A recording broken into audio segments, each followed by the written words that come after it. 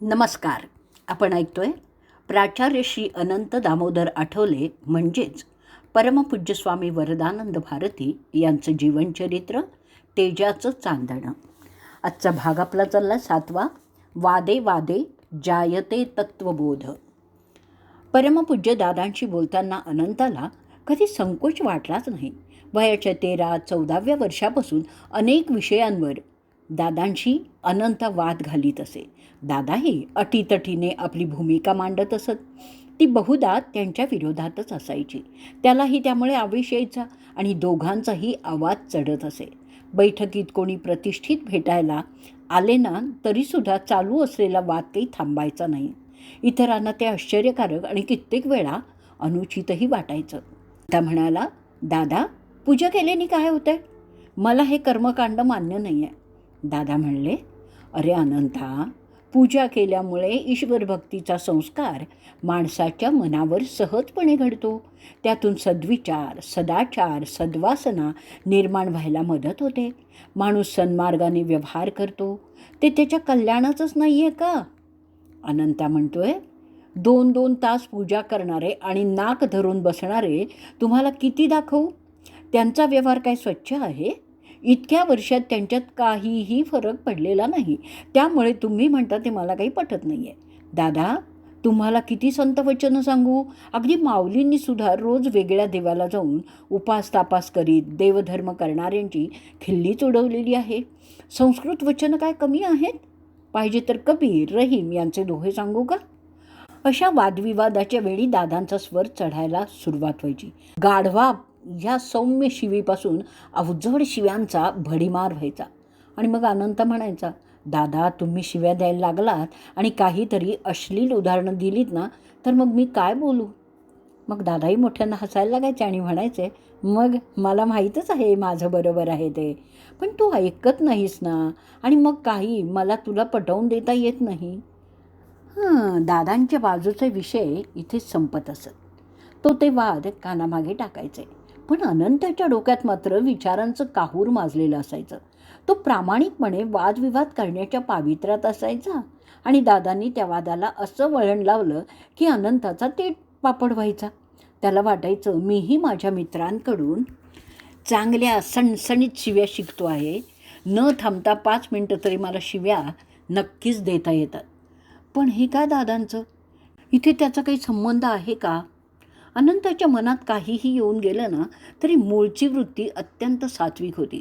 त्यामुळे लहानपणी तुकाराम बुवा कुणाला जबरदस्त शिव्या कारात हसडायला लागले की अनंता म्हणायचा, नको तू शिव्या देऊस, त्या दादांनीच दिलेल्या फक्त शोभतात. जेणे काम तेणो थाय.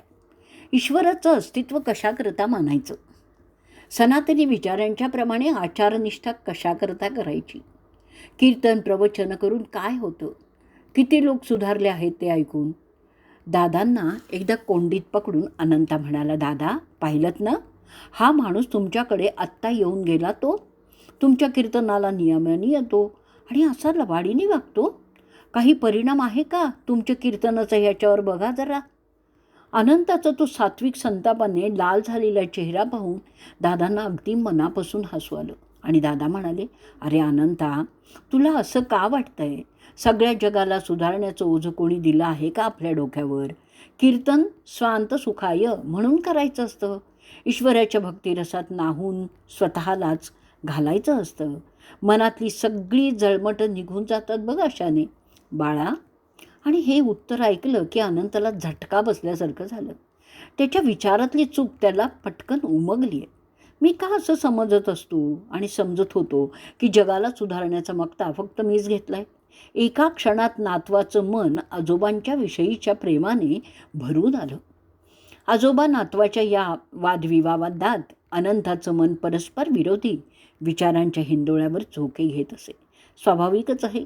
अनंत अत्यंत बुद्धिमान असला, वाचन पुष्कळ असलं, विचार प्रौढ गंभीर असले तरी ते वयच तसं असतं. माऊलींनीही त्या वयाच्या मुलांकरता एक साक्ष ठेवलेलीच आहे, ताटी उघडा ज्ञानेश्वरा. पण त्यांच्या दोघांच्या वादविवादात अनंताच्या वयाची 20-22 वर्षापर्यंत कधी खंड पडलाच नाही आहे. वादाच्या वेळी सामान्यतः त्यांची भूमिका दोघांचीही. परमपूज्य दादा सनातनी आणि अनंता सुधारक अशीच असायची. अनंता त्याच्या वयाच्या 18 ते 20शीत पूर्णपणे नास्तिक होता.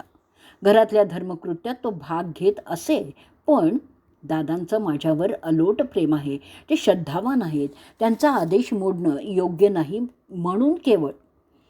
दादांशी वाद करताना तो दादांच्या पुढे त्यांच्या पक्षाने निरनिराळ्या ग्रंथातील पुराव्यांचा, कदाचित संतांच्या वचनांचा, सुभाषितांचा ढीग रचित असे.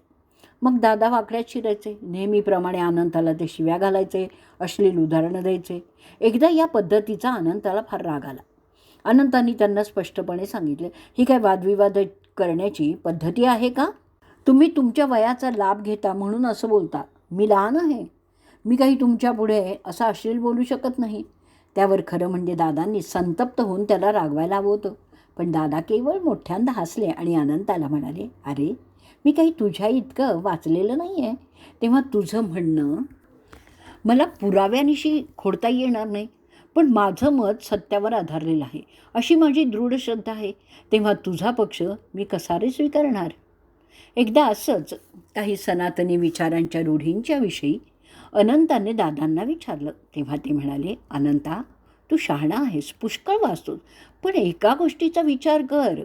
मी ज्या चांगल्या गोष्टी चांगल्या आहेत असं म्हणतो, त्या गेल्या सहस्रावधी वर्षात शतकानुशतकं लोकांनी चांगल्या म्हणून मान्य केलेल्या आहेत. तुझं मात्र उलटं आहे. या इतक्या दीर्घ काळात कोणी बुद्धिवंत, कोणी विचारशील पुरुष जन्माला आलाच नाही का? बुद्धी काय ती मलाच मिळाली आहे?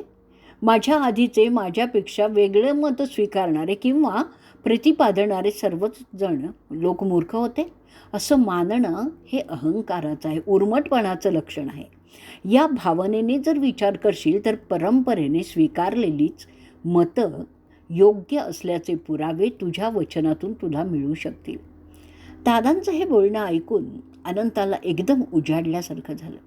त्याच्या विचारांची दिशा आणि वाचनाची पद्धती पार पालटून गेली. अनंताच्या मनात आलं, आत्तापर्यंत मी परंपरेच्या मतांचंच परीक्षण करीत असे, आता परंपरा विरोधी मतांचं परीक्षण केलं पाहिजे. थोड्याच काळात अभ्यासानंतर अनंत अशा निर्णयाला आला की सिद्धांताच्या दृष्टीने परस्पर विरोधी मतं ही फसवी, फुसकी आणि पक्षपाती आहेत. भारतीय संस्कृतीने स्वीकारलेलं तात्विक सिद्धांत आणि सामाजिक आचारपद्धती ही तदितर कोणत्याही समाजातील रचनेपेक्षा अधिक चांगली आहे. तिच्यातील दोष हे इतरांच्या मानाने अल्प आहेत. चुका घडल्या असतील तर त्या तत्त्वज्ञानाच्या अपूर्णतेमुळे घडलेल्या नसून व्यक्तीच्या अविवेकशीलतेमुळेच घडलेल्या आहेत. दीर्घकालीन पारतंत्र्याचा परिणाम म्हणून काही दोष निर्माण झालेले आहेत, पण मुळात माझ्या संस्कृतीला त्याज्य किंवा दोषार्थ ठरवता येईल असं काहीही माझ्या संस्कृतीत नाही आहे. एखादी व्यक्ती वरचेवर रोगाने पीडित होत असेल तर ती व्यक्ती जिवंत आहे म्हणून असं घडतं, हे म्हणणं जितकं मूर्खपणाचं आहे तितकंच अनेक वेळा संकटाने घेरले गेल्यामुळे भारतीय संस्कृती मरणाच्या योग्यतेची आहे किंवा कालबाह्य झालेली आहे हे म्हणणंही अविचारीपणाचंच आहे. या एकूणच प्रकरणाने अनंताच्या अंतःकरणात दादांच्या विषयी कृतज्ञतेने भरूनच गेलं. त्यांच्यातील या वैचारिक क्रांतीमुळेच महाराष्ट्राला एक थोर संस्कृती संरक्षक लाभला आहे. त्यावेळी अनंताची मनस्थिती जणू काही धन्य धन्य सद्गुरू तुम्ही हो वाचविले या शिष्याला, आयुष्याला मिळे कलाठणी क्षण सोनेरी अजी मज गमला अशी झालेली होती. परमवात्सल्याच्या नात्याने आजोबा आणि परमार्थात चालविशी हाती धरोनिया या कृपेमुळे सद्गुरू असलेले दादा, लहान मूल म्हणजे मातीचा गोळा, आकार द्यावा तशी मूर्ती घडेल या वचनाप्रमाणे अलगद हातांनी, कोमल स्पर्शांनी अनंताला दिसामाशी तिळातिळाने घडवीत होते. अनंतरावांच्या 21-22 एक प्रसंग आहे. दादांशी अनेक वादविवाद आस्तिक नास्तिकांवरून अनंतांनी केले होते. त्यापूर्वी त्याचं मत सनातन वाङ्मयांविषयी पुष्कळचं निश्चित झालेलं होतं, परंतु वैयक्तिक पातळीवर मात्र त्यांना कोणतंही धार्मिक उपचार करताना आपण श्रद्धेने करीत आहोत, पूर्ण विश्वास ठेवून करीत आहोत असं घडत नाही. या जाणीवेने अस्वस्थता येत असे. अनंतरावांची नास्तिकता, त्यांच्या मनातील अश्रद्धा आणि घरातील तद्विरोधी धार्मिक भाविक वातावरण याचा त्यांना त्या काळात अत्यंत त्रास व्हायला लागला. त्यांचं मन नेहमीच अस्वस्थ राहायला लागलं. त्यांना कशातही गोडी वाटेना, जीवनही नकोसं वाटायला लागलं. अनंतरावांनी ही स्थिती दादांना सांगितली तेव्हा ते म्हणाले, मी गेले 8-9 महिने तुझी ही मनस्थिती पाहतो आहे. तू विचारण्याचीच वाट पाहत होतो. तू विचारलं नसतंस तर आणखी महिन्याभरात न राहून मीच तुला सांगितलं असतं. मी सांगतो ते तू ऐक. बुद्धी माणसाला समाधान देऊ शकत नाही. सुख लाभते ते श्रद्धेमुळे. तुला योग्य वाटेल तो नियम 10-15 मिनिटांचा कर. तू अनेक प्रकारचे संत वाङ्मय वाचलेला आहेस. त्यातील दासबोध, गाथा, ज्ञानेश्वरी यातील कोणताही ग्रंथ नियमितपणे वाचित जा. कितीही कंटाळा आला तरी ठरलेला नियम आणि वाचन यात खंड पडू देऊ नकोस. परिणाम पाहण्याची घाई करू नकोस. किती काळ हा प्रश्न विचारू नकोस, करीत राहा. अनंतरावांनी हा आदेश मात्र कटाक्षाने पाळायला सुरुवात केली. हळूहळू त्यांच्या अंतःकरणातून नास्तिकतेचं उच्चाटन झालं. श्रद्धा बळावली आणि आधुनिक साहित्याच्या वाचनाने निर्माण झालेला आचारधर्माविषयीचा टोकाचा विचार हे सर्व थोतांड आहे हा पूर्णपणे पालटला. इतका की संस्कृतीविषयी त्यांना प्रेमादर वाटायला लागला. या संदर्भात आप्पांना मनोमन असंही वाटायला लागलं की माझं बंडखोर मन किंवा विचार जर दादांनी योग्य वळण लावून सुमार्गावर आणलं नसतं तर मनात निर्माण झालेल्या द्वंद्वांनीच मला कुठच्या कुठे नेऊन फेकून दिलं असतं. हे आत्ता वयाच्या 22शीत मला जाणवलं आहे. दादांना माझ्या आईने विचारलं होतं की दादा, मी देवाचं काय करू? अनंत आता 16 वर्षाचा झाला आहे. गंगूही मोठी झाली आहे. आता मला थोडीशी मोकळीक मिळते आहे. तेव्हा काय करावं? त्यावर दादांनी आईला श्री विष्णू सहस्त्रनाम रोज 12 वेळा म्हणत जा असं सांगितलं. त्याचवेळी त्यांनी मलाही तूही रोज 12 पाठ करीत जा असा आईच्या समोरच आदेश दिला.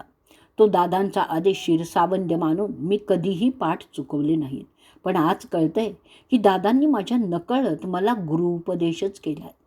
माझी पारमार्थिक काळजी वयाच्या 16व्या वर्षापासून त्यांनी वाहिली आहे. माझे आजोबा 16व्या वर्षी माझे सद्गुरू झाले. पण आज वाटतंय माझे सद्गुरू माझे आजोबा आहेत. आजपर्यंत माझं सर्वस्व असलेले आजोबा, ज्यांच्या चरणांवर सर्वस्व अर्पण करायचं असतं, ते सद्गुरूच आहेत याचं मला आत्ता ज्ञान झालं आहे. ही भावना आत्ता निर्माण झाली आहे आणि माझ्यावर जणू काही अविरत अनामिक अलौकिक सुखाचा वर्षाव होत आहे असं वाटतंय. माझं वेळ वाऱ्यासारखं पळून गेलं. मी एक सश्रद्ध आचारनिष्ठ युवक आहे याचा आत्मप्रत्यय मला आला. या अनंताचं जीवनच पालटून गेलं. श्री अनंतरावांच्या मनात माझे सद्गुरू माझे आजोबा आहेत ही भावना दृढमूल झाली आणि आता श्री विष्णू सहस्त्रनामाच्या पाठाची गोडी त्यांच्या अंतःकरणात भक्तीचा रंग भरू लागली. राष्ट्रीय स्वयंसेवक संघातही अनंताची छाप पडायला लागली. त्यांच्या शाळेतील शिक्षक शरदचंद्र लक्ष्मण खरे गुरुजी इंग्रजी विषय शिकवत असत. ते संघाचं काम पुढाकार घेऊन करत असत. ते शाखेवर अर्धी विजार घालून जात असत. अनंता मात्र धोतर नेसून जायचा. कोणी विचारलं तर अनंता म्हणायचं, पॅन्ट हे परकीयांचं चिन्ह आहे म्हणून मी धोतरच नेसतो. खरे यांनी मंगळवेढे येथील संघाच्या उत्सवाला अनंताला पाठवण्याचं निश्चित केलं. ऐनवेळी काही अडचण निर्माण झाली आणि अनंता 12-13 मैल सायकलवरून जाऊनही त्या कार्यक्रमास वेळेवर उपस्थित राहिला. तिथल्या कार्यवाहकांकडून श्री ल खरे यांना आलेल्या पत्रावरून समजलं की अनंतांनी दिलेल्या बौद्धिक अत्यंत प्रभावी होतं. शके 1860च्या वैशाख महिन्यात म्हणजेच इसवी सन 1938च्या मे महिन्यातील पुण्याचा संघ शिक्षावर्ग अनंतांनी पूर्ण केला. तिथे श्री विनायकराव आपटे यांनी अनंताचं तोंड भरून कौतुक केलं असं तिथले अनेक लोक त्यावेळी म्हणत होते. आजचा भाग आपण इथे संपवणार आहोत. श्री शंकर.